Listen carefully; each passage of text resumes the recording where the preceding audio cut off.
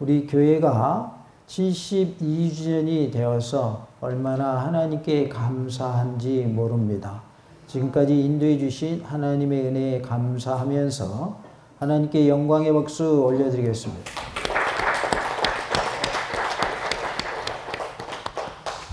우리 교회가 사랑이 넘치는 교회, 은혜가 넘치는 교회, 말씀이 충만한 교회, 성령님으로 충만한 교회가 되고 구원받는 수가 날마다 더하여가는 복된 교회가 되며 하나님의 은혜 가운데 또 영혼을 살리고 이웃을 잘되게 하고 교회를 세우는 교회가 될 수 있기를 원합니다.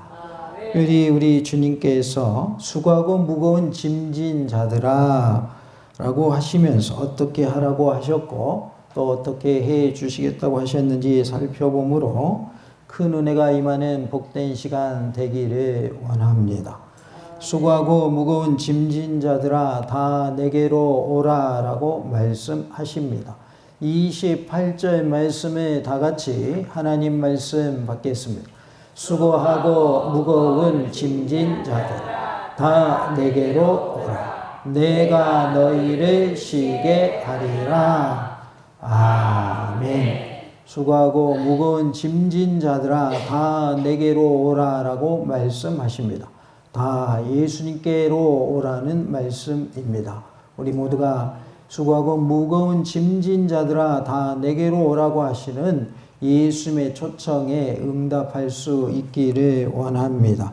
우리 무거운 짐은 죄와 염려의 짐이요 또한 고통의 짐이요 우리에게 여러 가지 짐들이 많이 지어져 있는데 그 모든 짐들을 예수님께 내려놓는 모습이 다 되시기 바랍니다. 근심 걱정 다 내려놓으시고 우리 죄의 짐도 주님께 내려놓는 은혜가 임하기를 원합니다. 예수는 우리에게 구원을 주시고 안식을 주시기 위해서 지금 우리를 초대하고 계십니다. 예수님께 나오면 구원도 받고 안식도 누릴 수 있습니다. 우리 모두가 구원받아서 저 천국에서 영원한 안식을 누리는 놀라운 은혜가 있기를 원합니다.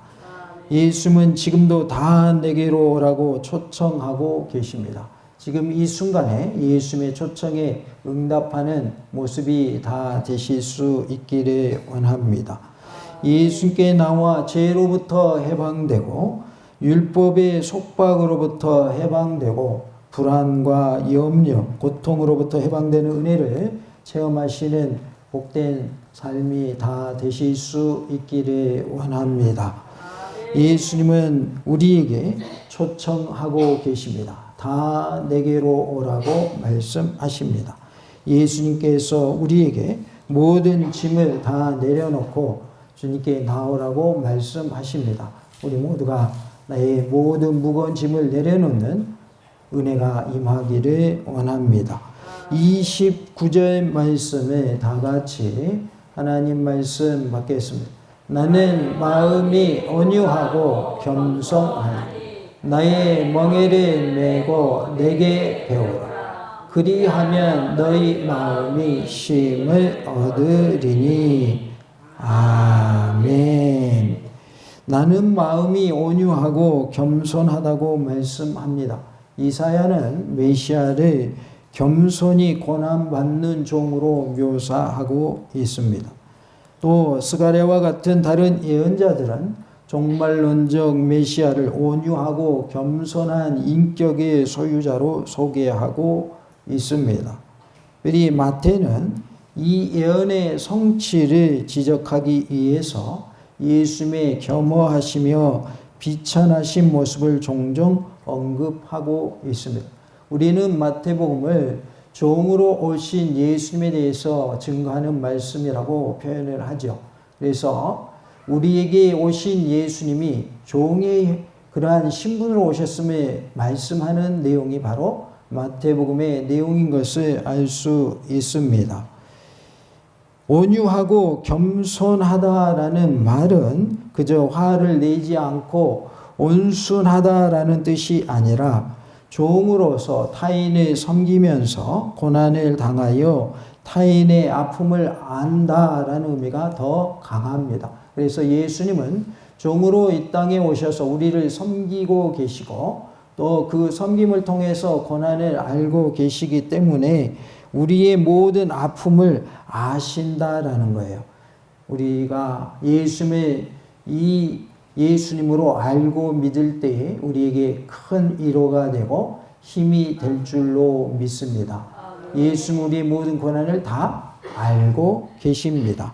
예수님은 온유하고 겸손하여서 종으로서 타인을 섬기시며 고난을 당하셔서 타인의 아픔을 알고 계십니다.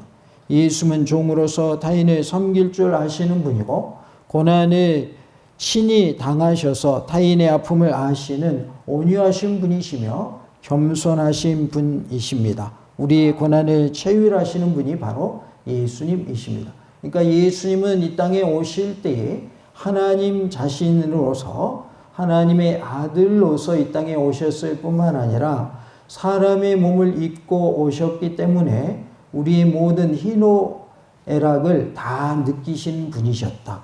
그래서 우리가 기뻐하는 것도 예수님이 다 체험하셨고 우리가 분내는 것도 예수님은 체험하셨고 또 슬퍼하는 것도 또 즐기는 것도 다 우리 주님께서는 체험하신 분이시다. 그래서 십자가에서 고통당할 때에도 육체의 아픔을 그대로 다 느끼셨다라는 것을 알 수가 있습니다. 그렇기 때문에 우리가 예수님의 나와 똑같은 그러한 모든 고통을 느끼시는 분이시다라는 것을 알 때에 예수님이 더 친근하게 와 닿을 줄로 믿습니다. 예수님은 하나님의 아들이시고 하나님 자신이시기 때문에 우리의 아픔을 모르신다 이렇게 우리가 오해할 수 있는데 예수님은 결코 그런 분이 아니십니다. 그리고 육체의 고통을 너무나도 잘 아시기 때문에 십자가의 쓴 잔을 마시지 않게 해달라고 기도하시는 내용도 우리가 잘 알고 있습니다. 그러나 예수님은 이 땅에 오신 이유가 그 십자가의 쓴 잔을 마시기 위해서 오셨기 때문에 끝내는 어떻게 기도를 마무리하십니까? 내 뜻대로 하지 마시고 아버지의 뜻대로 되기를 원합니다 하면서 쓴 잔에 받아들이시죠. 그러니까 육체의 고통이 얼마나 힘든 것인가를 알고 계셨기 때문에 쓴 잔을 이것을 마시지 않을 수는 없나요? 라고 기도하기까지 하셨다는 것이죠. 그렇기 때문에 예수님과 우리 사이는 피상적인 관계가 아니라는 거예요. 우리가 머리로만 아는 것과 실제로 우리가 가슴으로 아는 것, 또 체험해서 아는 것은 차이가 있죠. 그리고 무슨 말을 우리가 하냐면 이론과 실제는 다르다라는 표현을 합니다. 우리가 학교에서 열심히 배웠어요. 그래서 실습도 했지만 실제로 내가 그 일하는 현장에서 일하는 것과 배웠을 때 그 알고 있는 것과 조금 다른 것을 우리는 알 수가 있어요. 왜냐하면 머리로 아는 것과 현장에서 직접 몸으로 뛰면서 하는 것과 같아요? 틀려요? 틀린 거예요. 그리고 의사 선생님도 그렇고 박사님들도 그렇고 경험이 많은 사람이 더 잘 알아요? 이제 막 시작한 사람들이 더 잘 알아요? 경험이 많은 분들이 더 잘 아는 것을 알 수가 있습니다. 그래서 명의라고 하면 무슨 과는 어떤 병원이 유명하고 이런 식으로 또 병원도 다 우리가 알고 있을 거예요. 그 병원에는 그 과에 있어서 유명한 분이 권위자가 그 병원에 있기 때문에 무슨 병은 어느 병원 이렇게 우리가 일반적으로 알고 있단 말이에요. 그러니까 갓 배워가지고 이제 막 의사를 시작하신 분하고 수십 년 동안 경험을 쌓아가지고 지금 의사를 하고 있는 분하고 실력이 같을까요? 틀릴까요? 틀릴 수밖에 없죠. 그래서 경험이 쌓이게 되면 그동안에 경험했던 것들이 나의 노하우가 되는 거죠. 나만의 기술이 되는 거죠. 그래서 다른 사람보다 더 전문적으로 더 뛰어나게 할 수 있는 것이죠. 기계를 다루는 분들도 마찬가지죠.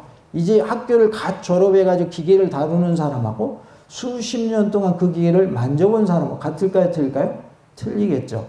그런데 예수님은 우리의 모든 형편과 사정을 다 아실까요? 모르실까요? 다 알고 계셔요. 우리의 고통도 우리의 기쁨도 슬픔도 다 알고 계신단 말이에요.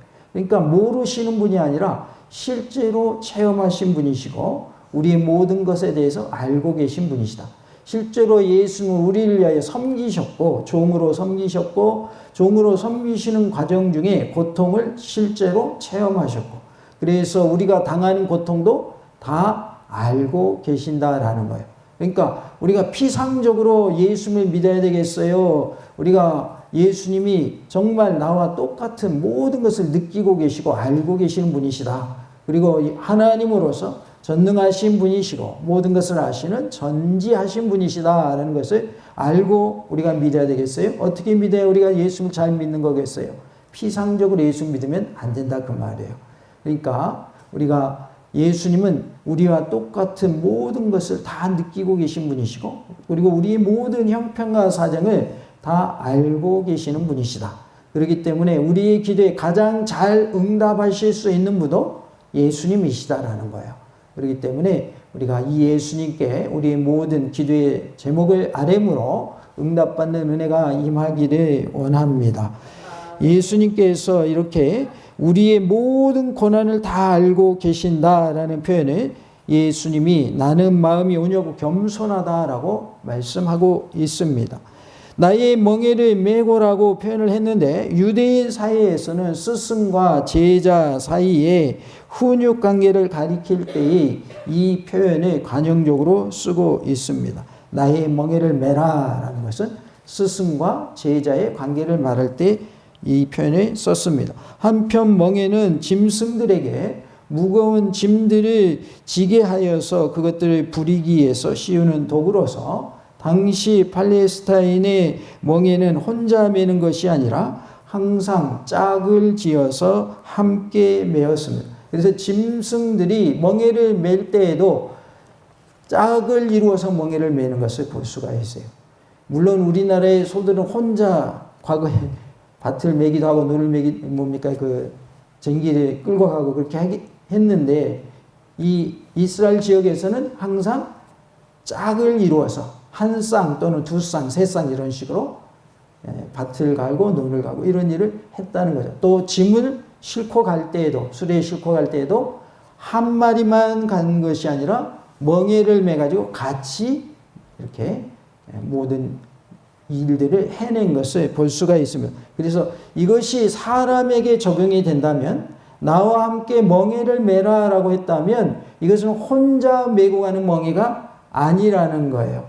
멍에를 맨다는 표현은 둘 이상, 특별히 짝을 이루어서 함께 매는 것을 말한다는 것입니다.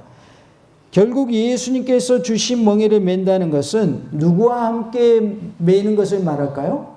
예수님과 함께 매는 것을 말하는 거예요. 내가 너에게 멍에를 주었지 이 멍에를 매라라고 하실 때는 예수님이 함께 하시겠다는 뜻이에요. 다시 말하면 예수님이 내 옆에서 나와 함께 뭘 메고 가신 거예요? 멍에를 메고 가시는 것을 말하고 있습니다.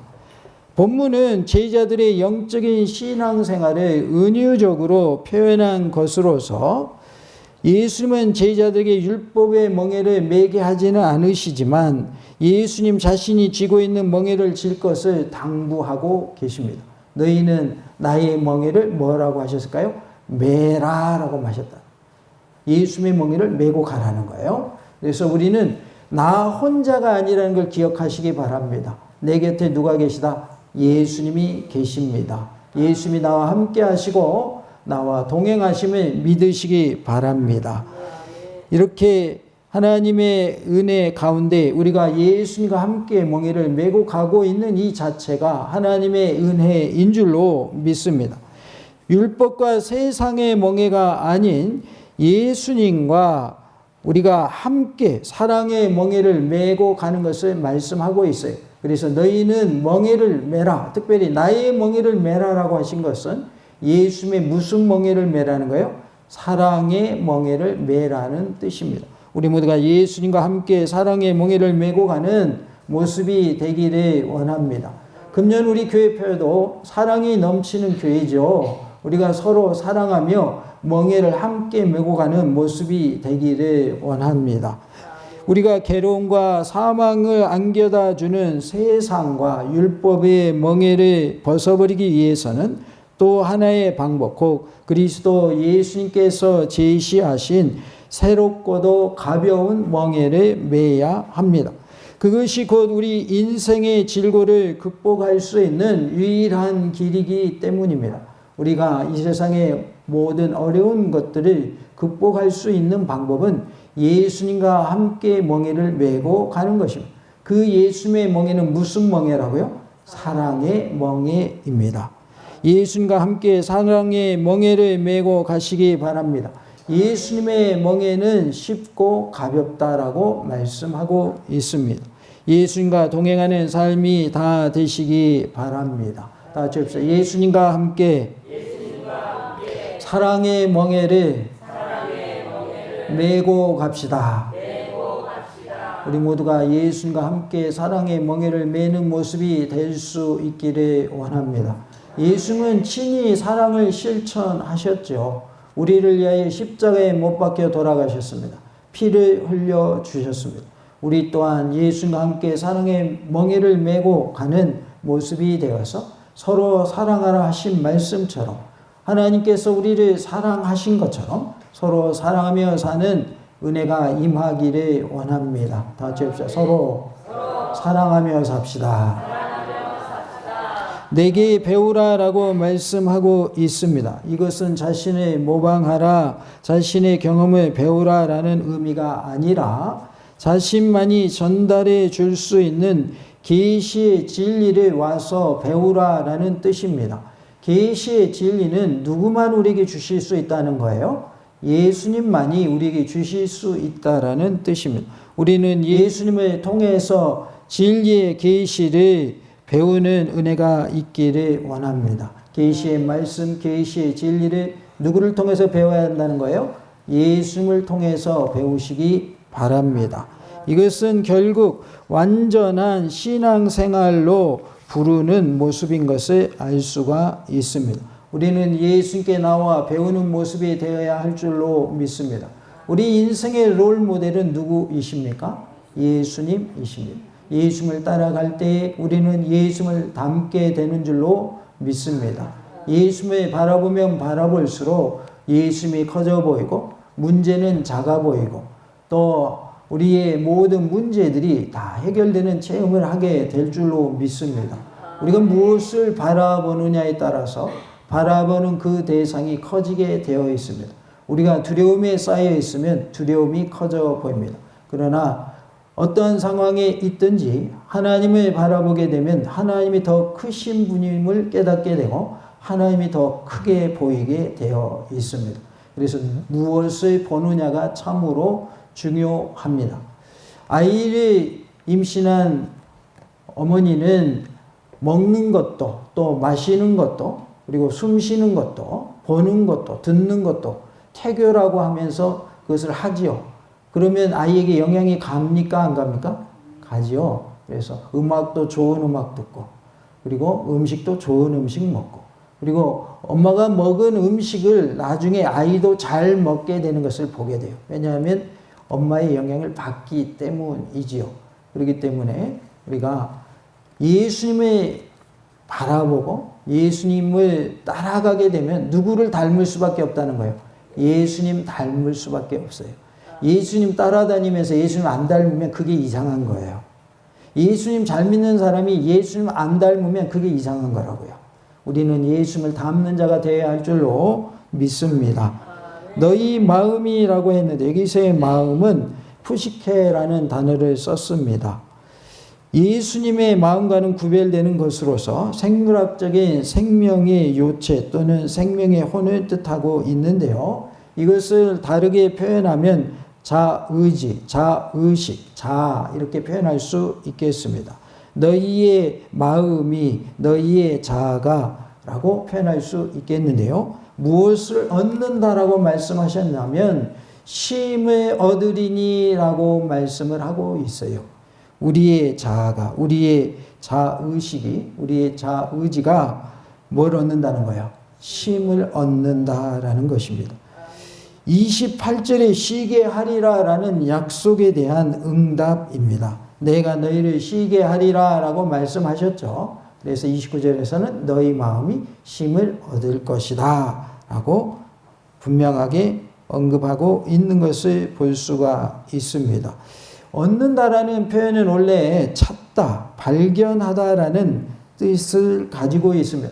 따라서 참 안식은 만들어지는 것이 아니라 이미 예수님 안에 있었고 또 그분이 주리라 약속한 것을 발견하는 것임을 알 수가 있습니다. 그래서 안식은 누구 안에 있습니까? 예수님 안에 안식에 있습니다. 그리고 또 우리는 예수님 안에 있는 안식을 뭐 하게 되는 거예요? 발견하게 되는 것입니다. 그것을 얻으리니라는 표현으로 우리에게 말씀하고 있습니다.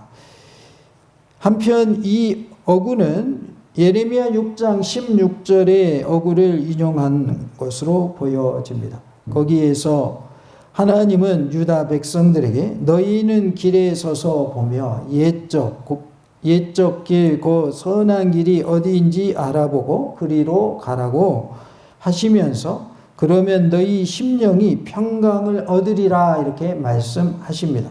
예레미야 6장 16절에 여호와께서 이와 같이 말씀하시되 너희는 길에 서서 보며 옛적 길 곧 선한 길이 어디인지 알아보고 그리로 가라. 너희 심령이 평강을 얻으리라 하나 그들의 대답이 우리는 그리로 가지 않겠노라 하였으며 라고 말씀하고 있습니다.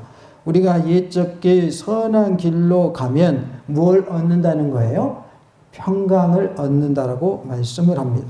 따라서 본문을 이 부분과 연관지어 이해하게 되면 옛적 길고 선한 길로 행하려면 예수의 멍에를 매야 한다는 것을 알 수 있습니다. 그러나 예수의 멍에는 율법학자들이 뒤집어 씌운 그런 무거운 짐이 아니고 안식을 가져다 주며 평강을 가져다 주는 쉽고도 가벼운 것을 알 수가 있습니다. 예수님이 우리에게 주시는 것은 쉬운 것이며 가벼운 것인 줄로 믿습니다. 예수님의 멍에는 참된 쉼과 안식을 가져다 주며 평강을 가져다 줍니다. 특별히 예수님의 멍에는 무슨 멍에라고요? 사랑의 멍에입니다. 예수님이 함께 나와 매시는 이 사랑의 멍에를 통해서 우리는 참된 안식을 누릴 수 있고 또 우리가 평강을 누릴 수 있는 줄로 믿습니다. 특별히 사랑 안에는 안식이 있으며 평강이 있습니다. 그러나 미움의 상태에서 우리가 평강을 누릴 수 없는 것을 보게 되고 또 안식이 없는 것을 보게 됩니다. 우리 모두가 하나님의 은혜 가운데 사랑하며 사는 모습이 되기를 원합니다. 사랑하며 삽시다.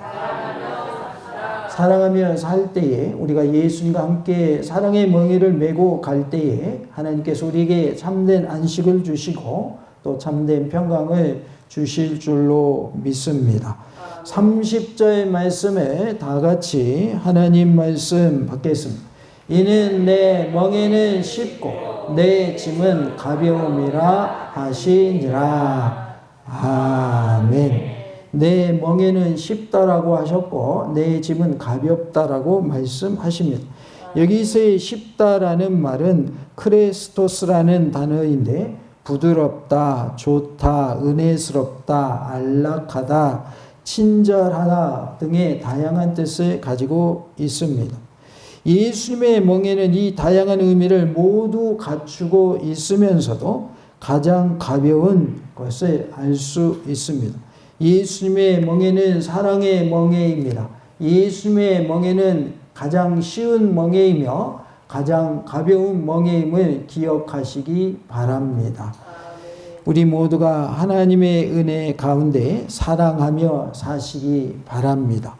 한편 이에 대해 어거스틴은 예수님의 멍에를 새의 깃털에 비유하여서 그 깃털이 창공을 자유롭게 날 수 있을 만큼 가볍다라고 설교하였습니다. 사랑의 멍에, 사랑의 짐은 무엇처럼 가볍다는 거예요? 깃털처럼 가볍다. 새의 깃털이 무겁습니까? 가볍습니까? 가볍습니다.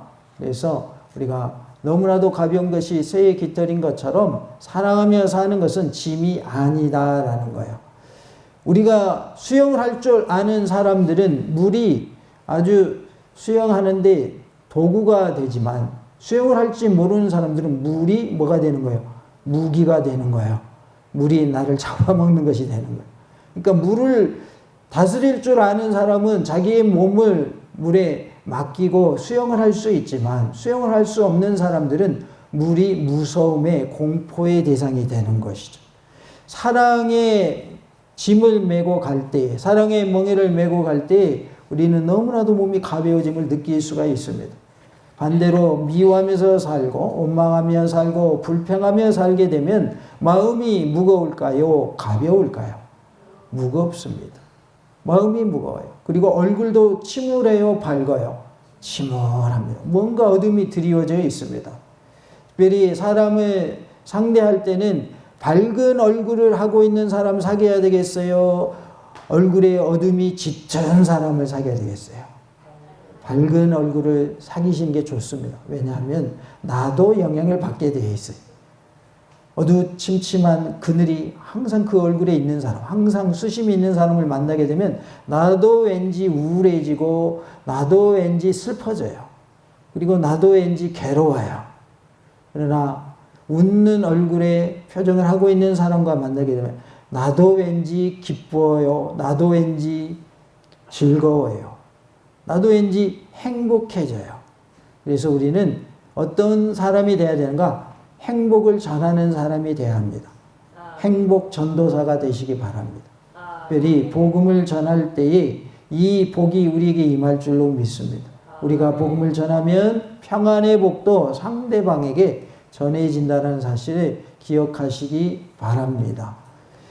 우리가 아무리 모르는 사람이라 할지라도 첫 인상이 중요한데 그 사람의 인상을 보면 저 사람은 어떠한 삶을 살고 있는가 그 얼굴을 보면 알 수가 있는 거예요.